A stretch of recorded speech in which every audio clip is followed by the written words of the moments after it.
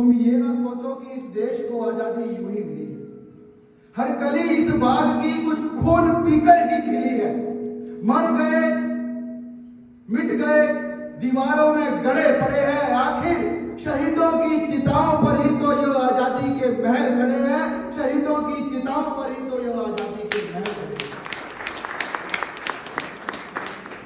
सम्मानित मंच पर विराजमान हमारे आज के कार्यक्रम के मुख्य अतिथि कैप्टन सुनील जी, इकाई के अध्यक्ष मित्र वरुण जी, इकाई के मंत्री मित्र अनमोल जी, यहाँ पर उपस्थित आपको शहर की तरुणाई शक्ति, सबसे पहले तो मैं आप सभी को गणतंत्र दिवस की बहुत बहुत बधाई, शुभकामनाएं देता हूं।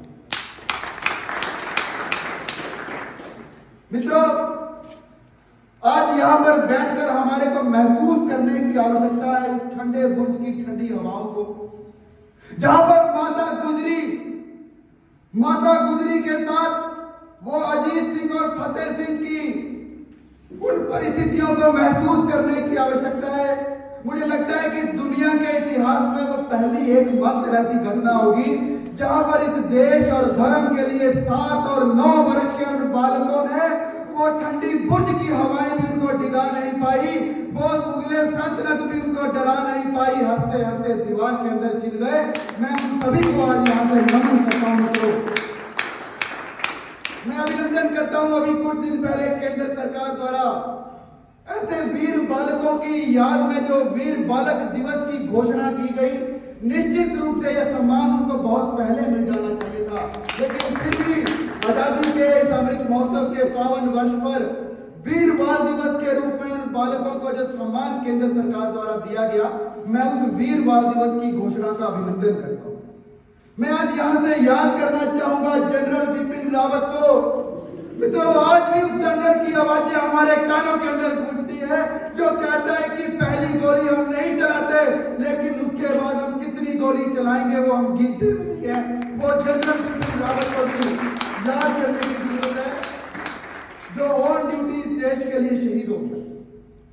मित्रों, जब भी शहादत का विषय आता है तो मुझे गर्व है कि हमारा हिमाचल कभी पीछे नहीं रहा। इस सेना का कोई भी ऐसा मेडल नहीं है जो हिमाचल प्रदेश के नाम था। आज हिमाचल प्रदेश के हर गांव से, हर घर से कोई ना कोई बेटा देश की सरहद पर खड़ा आपको नजर आएगा। तो ये बहुत गर्व की बात है।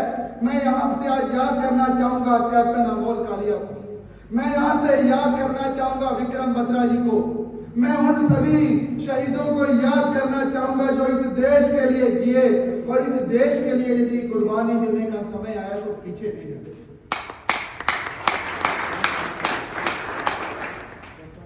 इसलिए उन तमाम शहीदों को याद करते हुए देश की स्वतंत्रता के संग्राम के उन महान पुरुषों को भी याद करते हुए वो कवि की पंक्तियां मैं आपके बीच में रखूंगा कि तुमने दिया राष्ट्र को जीवन, तुमने दिया राष्ट्र को जीवन, राष्ट्र तुम्हें क्या देगा।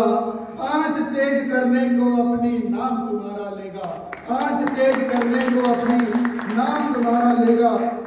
मित्रों, आज हम स्वाधीनता के 75 वर्ष के इस जश्न को मना रहे हैं। स्वाधीनता का 75वां वर्ष, और हम देखें कि जब इस देश को स्वाधीनता देने का समय आया तो असंख्य वीरों ने बलिदान दिए। उस बलिदान के बाद हमारा देश स्वाधीन हुआ, स्वतंत्र हुआ। उसके बाद की 75 वर्षों की यात्रा का, भारत का जो दर्शन अगर हम अपने सामने रखते हैं तो हम पाते हैं कि जब भारत आजाद हुआ तो हमारे पास खर्च करने के लिए पैसे नहीं थे, लेकिन आज भारत विश्व की चौथी अर्थव्यवस्था बनकर उभरा है। न्यूक्लियर पावर की बात करूं तो आजादी के इन्हीं 75 वर्षों के अंदर स्वर्गीय अटल बिहारी वाजपेयी जी के तत्कालीन प्रधानमंत्री के नेतृत्व में अमेरिका के तमाम दबाव के बावजूद उन्होंने जब पोखरण का सफल अनुसंधान किया, उसके बावजूद आज हमारा भारत दुनिया के अंदर न्यूक्लियर पावर बनकर उभरा है। ये भी हमारे भारत की 75 वर्षों की यात्रा में शामिल है। आज हमारा भारत करोड़ों रुपए के हथियार लेने के साथ साथ DRDO के माध्यम से स्वयं निर्मित हथियारों को बनाने का काम भी कर रहा है, अपनी दुनिया को देने का काम भी कर रहा है। निश्चित रूप से निश्चित रूप से भारत की 75 वर्षों की यात्रा को प्रत्येक नागरिक को, प्रत्येक युवा को चिंतन करने की आवश्यकता है कि आजादी के बाद मेरा भारत आज कहां पहुंचा है। जब जब ये भारत माता गुलाम हुई, तब तब इस भारत माता की मिट्टी ने समय की गति से तेज विचारों को रखने वाले महान पुरुषों को जन्म दिया। और उन्हीं महान पुरुषों की श्रृंखला में जब विवेकानंद जी का नाम आता है तो विवेकानंद जी ने देश के युवाओं से, देश के नागरिकों से आह्वान किया था कि यदि भारत माता को पुनः वैभव पर लेकर जाना है तो मैं देश के सभी युवाओं से आह्वान करता हूं कि कुछ वर्षों के लिए सभी देवी देवताओं की पूजा बंद करके केवल इस भारत माता की पूजा करो, केवल इस समाज की पूजा करो। और उसके आगे बढ़कर विवेकानंद जी कहते हैं कि नर सेवा और नारायण सेवा के रूप में करो। उन्होंने ये नहीं कहा कि हिंदुओं की सेवा करो, उन्होंने ये नहीं कहा कि ब्राह्मण की सेवा करो, क्षत्रिय की ना करो। उन्होंने किसी जाति विशेष के बारे में आह्वान नहीं किया। उन्होंने कहा कि हर नर के अंदर भगवान शिव का दर्शन करते हुए हर गरीब की सेवा करो, वही ईश्वर की सेवा होगी और इसी माध्यम से हम भारत मां को पुनः वैभव तक लेकर जा सकते हैं। ऐसे विवेकानंद जी को भी आज मैं यहां से नमन करता हूं। मित्रों, भारत कोई किताब में लिखा हुआ राष्ट्र नहीं है। भारत का दर्शन जब होता है तो हमारे ध्यान में आता है कि जब कुंभ का आयोजन होता है तो सभी धर्मों के, सभी जातियों के अनेकों अलग अलग भाषाएं बोलने वाले लोग जब मां गंगा की डुबकी लगाते हैं और डुबकी लगाने के बाद वो क्या कहते हैं कि जय गंगा मैया, सर्वे भवन्तु सुखिना, सर्वे सन्तु निरामया। यह भारत का विचार है मित्रों, यह भारत का विचार है। और उसी विचार को सार्थक करते हुए जो हमारे पूर्वजों ने हमारे को संस्कार दिए, उसी संस्कारों पर चलते हुए आज भारत दुनिया को वैक्सीन देने वाला देश भी बना है। यह हम सभी के लिए गर्व की विषय है। अनपढ़ से अनपढ़ व्यक्ति भी जब सुबह गांव के मंदिर में जाता है, अनपढ़ से अनपढ़ व्यक्ति जिसको आज की डिग्रियों की आंदोलन हम कहते हैं, तो वो क्या कहता है? वो कहता है कि धर्म की जय हो, अधर्म का नाश हो, प्राणियों में सद्भावना हो, विश्व का कल्याण हो। यह भारत का विचार है जो पूरे विश्व को परिवार मानते हुए वसुधैव कुटुंबकम की बात करता है मित्रों। इसलिए यह समरसता की डुबकी, यह कुंभ के आयोजन, ये अनेकों पर्व जो हमारे इस देश के अंदर बड़ी धूमधाम से मनाए जाते हैं, इसी के अंदर भारत का दर्शन छिपा है मित्रों। क्योंकि इनके अंदर कोई भेदभाव हमारे को नहीं देखने को मिलता। अनेकों अनेक आक्रमण भारत के अंदर हुए, अनेकों अनेक विदेशी आक्रमणकारी भारत के ऊपर विजय हासिल करने का स्वप्न लेकर आए। महमूद गौरी से लेकर खिलजी तक, सिकंदर तक बड़े बड़े आक्रमणकारी भारत के ऊपर विजय हासिल करने का स्वप्न आए, लेकिन इसी मिट्टी में दफन होकर रह गए मित्रों। हम देखते हैं कि हमारे देश के, हमारे पूर्वजों ने, हमारे देश के वीरों ने ऐसे आक्रमणकारियों को मुंह तोड़ जवाब देने का कार्य किया। कभी तुर्क आए, कभी पठान आए, कभी मुगल आए, कभी शक आए, कभी हुण आए, कभी अंग्रेज आए। अनेकों, भारत का इतिहास देखेंगे तो अनेकों आक्रमण हमारे इस देश के अंदर, इस देश के वीरों ने बलिदान दिया। लेकिन हमारे पूर्वजों ने कभी हार नहीं मानी। हमारे पड़ोसी देश की बात करें तो 70,000 तालिबानियों के आगे 3.5 लाख की फौज सरेंडर कर देती है।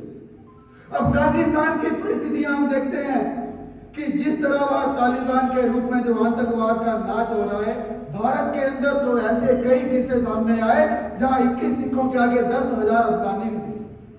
तो ये भारत की महान परंपराओं को आज याद करने की जरूरत है मित्रों।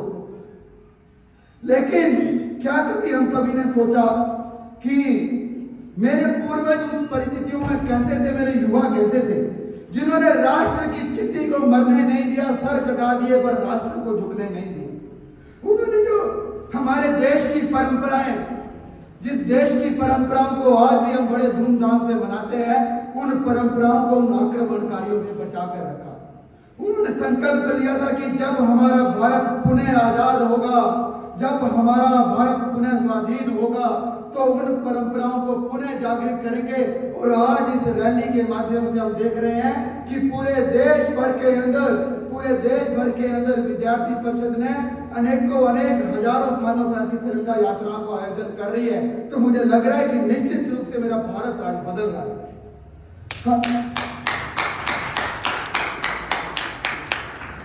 जब भारत को कुचलने का प्रयास किया, तब समय पर अनेकों महान पुरुषों ने अपने अपने अनुसार, कहीं पर रामानंद, कहीं पर कबीर जी, कहीं पर मीराबाई, कहीं पर रविदास जी, कहीं पर संत तुकाराम जी, कहीं पर शंकर देव जी, कहीं पर गुरु शंकराचार्य जी, ऐसे महान पुरुषों ने भक्ति आंदोलन करने का काम किया और लोगों के अंदर राष्ट्र भाव को जागृत रखा। उनके योगदान को भी हमारे को नहीं भूलना चाहिए। जब भारत के अंदर आक्रमण हुए तो कहीं पर महाराणा प्रताप खड़े हो गए, कहीं पर हिंद सम्राट हमारे वीर शिवाजी खड़े हो गए, और कहीं पर गुरु गोविंद जैसे महान पुरुष खड़े हुए, जिन्होंने इस देश समाज के लिए अपना पूरा परिवार कुर्बान कर दिया। कहीं पर दुर्गावती खड़ी हो गई, कहीं पर भगवान बिरसा मुंडा। अगर हम पूर्वोत्तर की बात करें, पूर्वोत्तर के अंदर जो जल जंगल जमीन को अपना परिवार मानने वाले ऐसे जनजातीय समाज के नेता, वो 22 वर्ष का युवक जिसको भगवान का दर्जा दे दिया, भगवान बिरसा मुंडा पूरे समाज को एकत्रित करते हुए अंग्रेजों को भगाने का काम किया। ऐसे भगवान बिरसा मुंडा खड़े। कहीं पर महाकौशल के अंदर जाएंगे तो रानी दुर्गावती खड़ी हो जाती है, कहीं पर इंदौर के अंदर जाएंगे तो रानी अहिल्या खड़ी हो जाती है। मित्रों, मैं याद करना चाहूंगा रानी लक्ष्मीबाई को, जो मात्र 4 महीने के बेटे को अपनी पीठ पर बांधकर युद्ध के मैदान में उतर गई। कल्पना करिए उस मां के मन की व्यथा को, जिसकी पीठ पर 4 महीने का बेटा, जिसकी पीठ पर 4 माह का बच्चा, जिसको ढंग से मां भी नहीं बोलना आता, वो उसको पीठ पर बांधकर अंग्रेजों का सामना करने के लिए युद्ध के मैदान में उतर गई। यह हमारे देश की महान परंपरा है। हमारे देश के अंदर नारी भी शक्ति के रूप में जब देश के अंदर आक्रमण हुए तो अपनी भूमिका निभाने से पीछे नहीं रहे। मित्रों, हम अक्सर कहते हैं, विद्यार्थी परिषद के अंदर हम अक्सर कहते हैं कि महिला मां के रूप में, महिला मित्र के रूप में, महिला बेटी के रूप में, महिला बहन के रूप में सम्मान के योग्य है। वो सम्मान के योग्य क्यों है, तो एक घटना में आपके बीच में रखूंगा। मित्रों, 9 फरवरी 2016 हनुमंतप्पा का नाम किसी ने सुना है क्या? हनुमंतप्पा का नाम किसी ने सुना है तो आपको ध्यान होगा कि सियाचिन की बर्फीली वादियों में 9 फरवरी 2016 को इस देश के अंदर 2 घटनाएं हुई थी। एक तो देश के प्रतिष्ठित विश्वविद्यालय जवाहरलाल नेहरू के अंदर, यूनिवर्सिटी के अंदर नारे लगाए जाते हैं कि भारत तेरे टुकड़े होंगे इंशाअल्लाह, इंशाअल्लाह, भारत की बर्बादी तक जंग रहेगी। और दूसरी तरफ हनुमंतप्पा सियाचिन की बर्फीली वादियों में हफ्तों तक दबे रहे। उसके बाद जब उनको निकाला गया, हॉस्पिटल पहुंचाया गया, तो अंत में वो जिंदगी और मौत की लड़ाई में हार जाते हैं, वो वीर गति को प्राप्त हो जाते हैं। लेकिन एक घटना जो मैं आपके बीच में रखूंगा, उसको ध्यान से सुनना। 22 फरवरी को महाराष्ट्र के अंदर इसी तरह विद्यार्थी परिषद का एक कार्यक्रम चल रहा था। उस कार्यक्रम के अंदर हनुमंतप्पा की पत्नी को, जैसे हमारे बीच में हमारे मुख्य अतिथि जी बैठे हैं, ऐसे ही उनकी पत्नी को हमने मुख्य अतिथि के रूप में बुलाया। तो जब हनुमंतप्पा की पत्नी, उनका नाम था महादेवी, महादेवी जी को जब मंच पर बोलने के लिए बुलाया गया तो महादेवी जी कहती हैं कि मेरे पति की इच्छा थी कि हमारा एक बेटा हो। उनकी इच्छा थी कि हमारा एक बेटा हो, उसको बड़ा कर हम देश की सेना में भेजेंगे। लेकिन मेरे पति देश के लिए वीर गति को प्राप्त हो गए। मेरी गोद में 6 महीने की बेटी, मेरी गोद में 6 महीने की बेटी है। उसके बाद वो मातृशक्ति क्या कहती है, उन शब्दों को अपने जीवन में उतारने की आवश्यकता है। वो कहती है कि मेरी गोद में 6 महीने की बेटी है, लेकिन क्या फर्क पड़ता है, क्या फर्क पड़ता है कि वो एक बेटी है, मैं इसकी परवरिश भी ऐसे करूंगी कि ये भी बड़ी होकर देश की सेना में जाएगी और अपने पिता की तरह बलिदान देगी। ऐसा कहने की हिम्मत यदि किसी के अंदर है तो वो भारत की मातृशक्ति कह सकती है।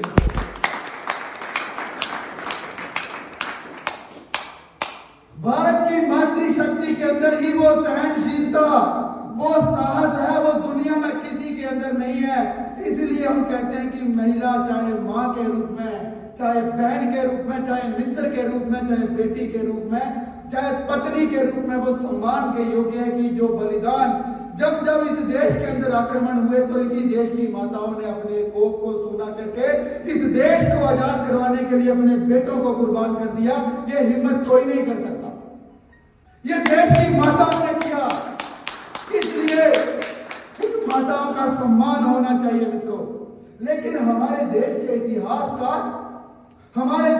इतिहासकारों ने हमेशा हमारे देश की युवा पीढ़ी को मूर्ख बनाने का काम किया। उन्होंने ऐसे मुहावरे गढ़ दिए कि देश की युवाओं को लगता था कि शायद यही इतिहास होगा। भारत एक ऐसा देश जहां का इतिहास विदेशियों द्वारा लिखा हम पढ़ते हैं। विद्यार्थी परिषद ने बहुत लंबी लड़ाई लड़ी, राष्ट्रीय शिक्षा नीति को लागू करने के लिए एक बहुत लंबा आंदोलन विद्यार्थी परिषद ने लड़ा। लेकिन अभी तक की अगर मैं बात करूं तो वो औरंगजेब जिसने भारत की संस्कृति सभ्यता को तहस नहस करने में कोई कसर नहीं छोड़ी, उस औरंगजेब को हमारे इतिहास में लिखा औरंगजेब का नेचर नाम, अकबर का महान लिखा गया। लेकिन जो हमारे देश के वीर पुरुष थे, विडंबना है इस देश की, दुर्भाग्य है इस देश का कि बाजीराव की तलवार की धार कितनी तेज थी वो जानने के लिए देश के युवाओं को फिल्म देखनी पड़ती है। तानाजी कौन थे, तानाजी की तलवार की धार कितनी तेज थी वो हमारे देश को जानने के लिए फिल्म देखनी पड़ती है। 21 सिखों के सारागढ़ी के उस युद्ध को जो हमारे इतिहास में होना चाहिए था, जिसको पढ़कर हमारे देश की युवा पीढ़ी प्रेरणा लेती कि महाराणा प्रताप कौन थे, जिसको पढ़कर हमारे देश की युवा पीढ़ी प्रेरणा लेती कि बाजीराव की क्या भूमिका थी, वीर शिवाजी कौन थे, तो एक चैप्टर में क्लोज कर दिया। लेकिन ऐसे औरंगजेब, अकबर, बाबर का महिमा मंडन पूरी किताबें लिख डाली। ये इस देश का दुर्भाग्य नहीं तो क्या है मित्रों। हम देखते हैं कि नए मुहावरे गढ़ने का कार्य किया। हम कहते भी हैं कि जो जीता वो सिकंदर, कहते हैं ना हम इस बात को। अरे जो जीता वो सिकंदर, तो फिर पोरस कौन था जिसको पोरस ने सिकंदर को घुटनों के बल टिका कर रख दिया? वो पोरस कौन था अगर जो जीता वो सिकंदर? एक कवि की पंक्ति है कि पोरस की वीरता को झेलम तुम ही बता दो, पोरस की वीरता को झेलम तुम ही बता दो, यूनान का सिकंदर था तेरे तट पर हारा। तो वो पोरस के बारे में क्यों नहीं पढ़ाया गया? पूरी दुनिया को जीतने वाला सिकंदर जब भारत में आक्रमण करने आया तो उस समय पंजाब रियासत का राजा पोरस झेलम नदी के तट पर 18 महीने वो युद्ध चलता है और एक बाण जो सिकंदर को मारता है। 8 महीने तक सिकंदर जिंदगी और मौत की लड़ाई लड़ते हुए अल्पकालीन मौत को प्राप्त हो जाता है। जो पूरी दुनिया को जीत कर आया वो भारत में आकर मर जाता है। लेकिन हमारे को पढ़ाया गया कि जो जीता वो सिकंदर। इसलिए अगली बार कोई इस बात को कहे तो आपने उसका जवाब देते हुए कहना कि आप गलत कह रहे हैं। जो जीता वो सिकंदर नहीं होता, जो जीता वो पोरस है। इस देश का इतिहास गलत पढ़ाया गया है। आप उसको तथ्यों के साथ जब बात को रखेंगे तो सामने वाले का मुंह अपने आप बंद हो जाएगा मित्रों।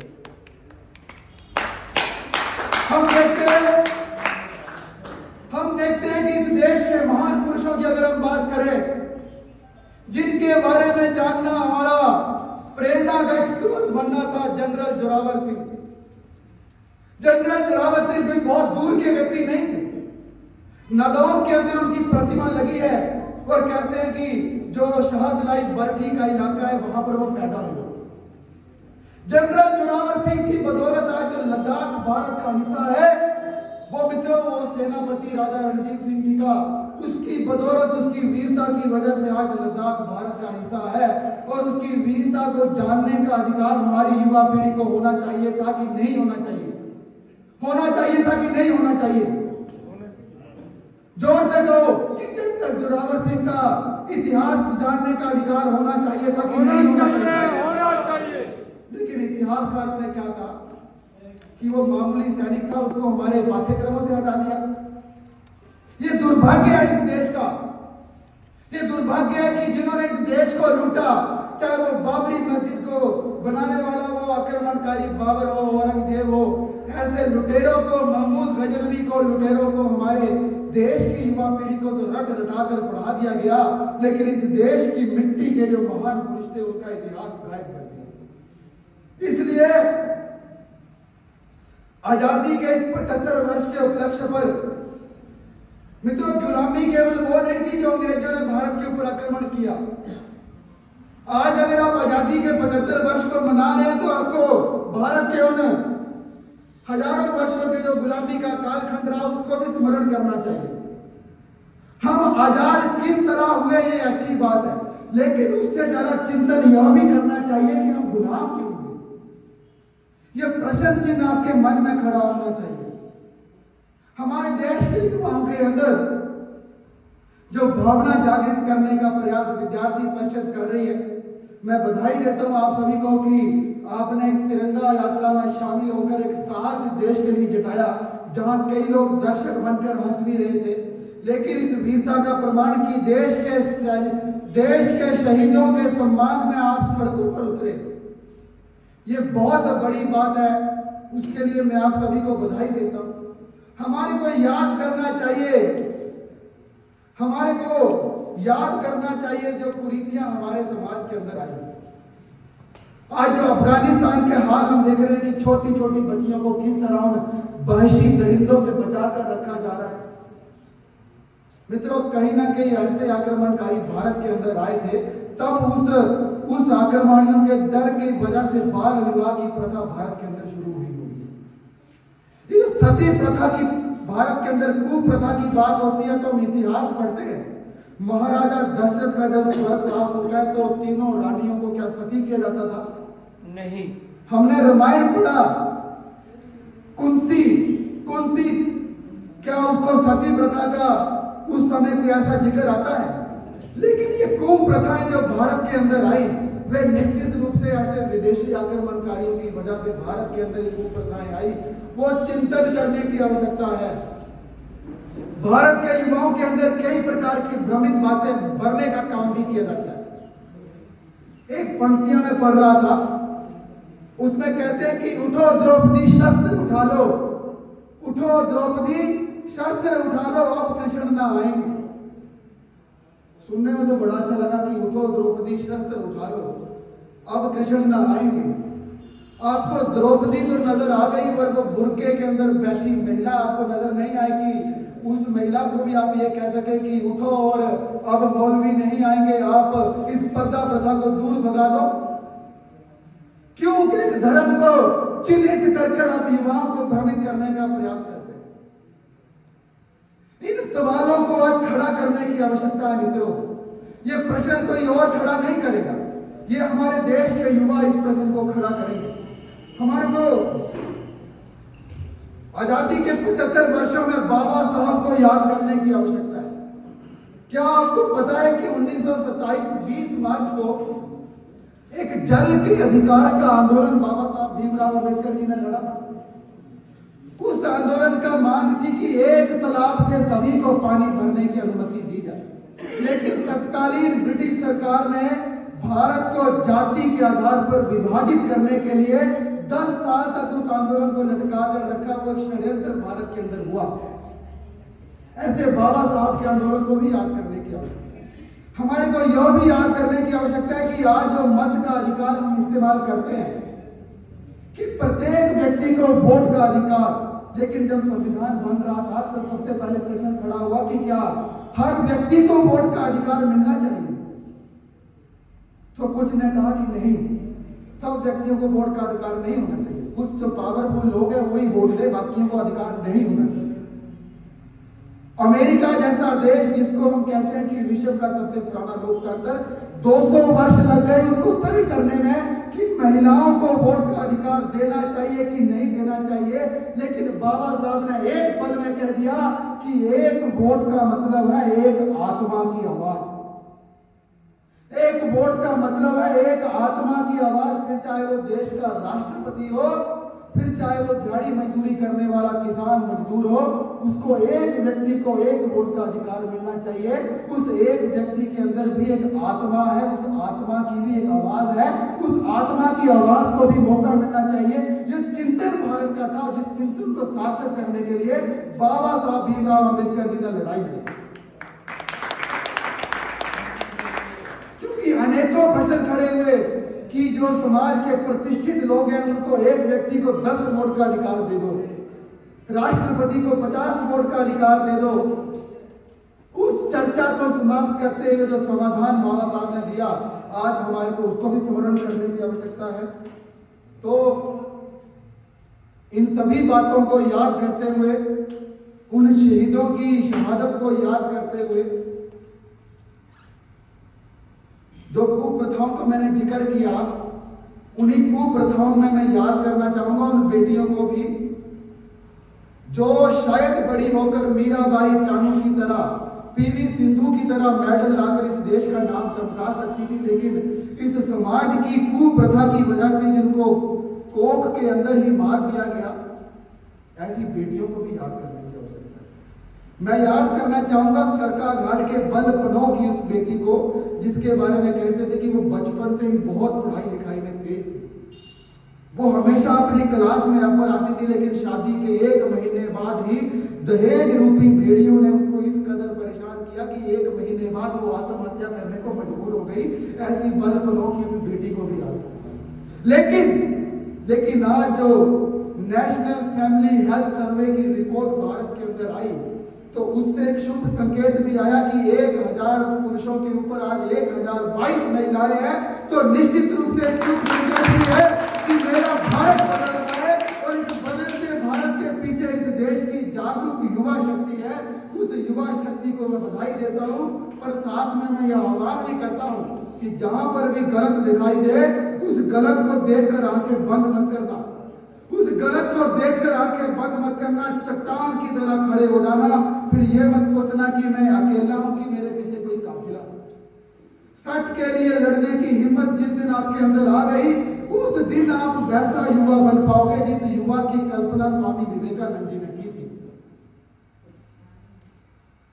इन तमाम घटनाओं के बावजूद दुख तब होता है मित्रों, जब इस देश के यूनिवर्सिटीज के अंदर भारत के टुकड़े करने के नारे लगाए जाते हैं। दुख तब होता है जब धारा 370 के विरोध में लोग खड़े हो जाते हैं। दुख तब होता है जब खुद को सो कॉल्ड फेमिनिस्ट कहने वाले लोग जब ट्रिपल तलाक को बैन करने का विषय है तो कहते हैं कि ये उनके पर्सनल राइट्स है। एक महिला को दाल में नमक कम होने की वजह से 3 बार तलाक तलाक तलाक बोलकर छोड़ दिया जाता था। क्यों भाई, उस महिला के अधिकार नहीं है क्या? लेकिन उसके लिए भी कुछ बुद्धिजीवी खड़े हो जाते हैं कि ट्रिपल तलाक को तो बैन नहीं होना चाहिए। इसीलिए इस देश के अंदर मित्रों, इस देश को खोखला करने वाले लोग भी अपने, एक घटना बताता हूं कि एक बार लोहे की धातु सोने की धातु से पूछती है कि जब मुझे लोहार पीटता है तो तू बहुत आवाज करती है, परंतु जब तुझे सुनार पीटता है तो तेरी आवाज नहीं आती। तो लोहे की धातु क्या कहती है? उसी बात में विडंबना छिपी है इस देश के राष्ट्रवादियों की। लोहे की धातु कहती है कि बहन, तुझे तेरी जाति सोना है, तुझे पीटने वाला लोहा है, इसलिए दर्द नहीं होता। लेकिन मैं हूं भी लोहा और मुझे पीटने वाला जो औजार है वो भी लोहा है, इसलिए अपना जब अपने को चोट करते हैं तो दर्द होता है। वही दर्द आज देश के राष्ट्रवादियों को भी हो रहा है, क्योंकि इस देश को खोखला करने वाले भी अपने ही, वो अपने ही लोग हैं जो देश के खिलाफ आज खड़े हो जाते हैं। शर्जील इमाम जैसे, जिसको बुद्धिजीवी कहकर लोगों ने ऐसे देश के अंदर हीरो बना दिया, जिसको अभी हाई कोर्ट ने कहा कि उसके ऊपर देशद्रोह का मुकदमा चलना चाहिए। उसने नारे लगाए कि देश के राज्यों को बंटवारा कर दो। ऐसे लोगों के समर्थन में जब लोग खड़े हो जाए तो दुख होता है मित्रों। इसीलिए अखिल भारतीय विद्यार्थी परिषद पूरे देश भर के अंदर जहां भी ऐसी नेगेटिव ताकतें दिखाई दे, उनके आगे चट्टान की तरह खड़े होने का काम करती है। फिर चाहे JNU हो, फिर चाहे हैदराबाद यूनिवर्सिटी हो, फिर चाहे शिमला के अंदर 4 हत्याएं करने वाले वामपंथियों के सामने विद्यार्थी परिषद का खड़ा होना, वो विद्यार्थी परिषद है मित्रों। विद्यार्थी परिषद, अभी हम रैली के अंदर आए तो हमारे हर कार्यकर्ता ने दोनों मुट्ठियां बंद करते जो पहला नारा लगाया वो भारत माता की जय। वो भारत माता की जय केवल नारा नहीं था, वो हमारे कार्यकर्ता की कमिटमेंट होती है इस देश की मिट्टी के साथ कि इस देश के लिए जिएंगे, इस देश के लिए मरेंगे। ऐसी सोच के साथ हम ऐसे युवाओं को तैयार करते हैं जो इस देश के लिए सोचने का साहस रखते हैं, जो गलत को गलत कहने का साहस रखते हैं। इसलिए विद्यार्थी परिषद ने यह निर्णय लिया कि 26 जनवरी को पूरे देश भर के अंदर तिरंगा यात्राएं हम करेंगे। तो इन्हीं शब्दों के साथ मैं एक बार पुनः आपको गणतंत्र दिवस की बधाई देता हूं। एक बार पुनः इस मंच से उन सभी स्वतंत्रता सेनानियों को श्रद्धा सुमन अर्पित करता हूं, उन सभी वीर सपूतों को श्रद्धा सुमन अर्पित करता हूं जिनकी बदौलत आज हम ऐसे भवनों में बैठ रहे हैं।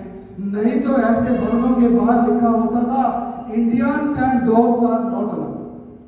हमारे पूर्वजों ने वो दर्द सहा है, लेकिन उस दर्द को हमारे को सहने नहीं दिया। ऐसे उन महान पुरुषों को मैं नमन करता हूं जिन्होंने ऐसे अंग्रेजों को खदेड़ने का काम किया, और उनको नमन करते हुए कुछ पंक्तियां मैं आप युवाओं के सम्मान में कहना चाहता हूं कि तुम युवा हो काल के भी काल से लगते रहे हो, तुम युवा हो काल के भी काल से लगते रहे हो, इस देश का इतिहास अपने खून से लिखते रहे हो। तुम अगर जो ठान लोगे युग को नई तस्वीर दोगे, गर्जना से शत्रुओं के तुम कलेजे चीर दोगे, भारत